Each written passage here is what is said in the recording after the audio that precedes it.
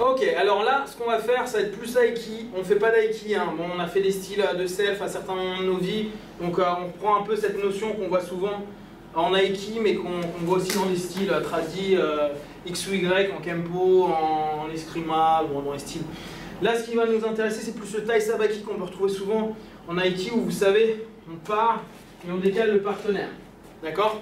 Avec cette force-là, qui est au niveau de la spirale, on va faire tourner autour du centre. D'accord? Vu que là, on travaille la notion de centre, c'est vraiment sur cette notion-là. Je me centre et je vais faire tourner autour de mon propre centre. D'accord? Donc au départ, on va le faire juste avec mon physique, mon gabarit, donc avec le Tai Sabaki. Vous voyez comment il bouge, en tout cas le type d'amplitude qu'il a.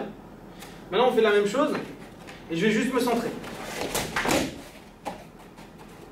Et on voit vraiment l'amplitude qui est complètement différente à ce niveau-là. Autre chose, là on va aller passer sur du sol.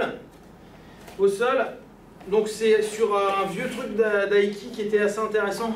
Ikkyo, qui pour ceux qui font d'Aiki, reviens là, mets-toi à plat ventre, tac, tu tends le bras. Il y a un vieux truc en Aiki que j'ai jamais compris moi initialement, vu que je suis Jujutsuka brésilien, c'était leur contrôle, où ils contrôlent juste comme ça, et leur partenaire il bouge plus.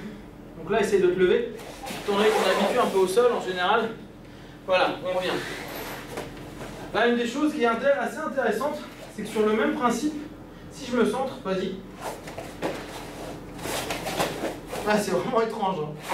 Hein. Et il galère. Ok, d'accord, sans vraiment comprendre pourquoi. Hein. Toujours le même principe. Sauf que là, ça me fait comprendre un tout petit peu plus Ikkyo, sachant que Shiba, lui, avait son centre au niveau du cœur. Shiba, c'était un 6 en énéagramme, donc regardez l'énéa type 6, et donc c'était au niveau du cœur. Voilà, donc on va vous montrer, dernière chose après en grappling, sur des clés, des étranglements, où il y a des choses aussi assez étonnantes.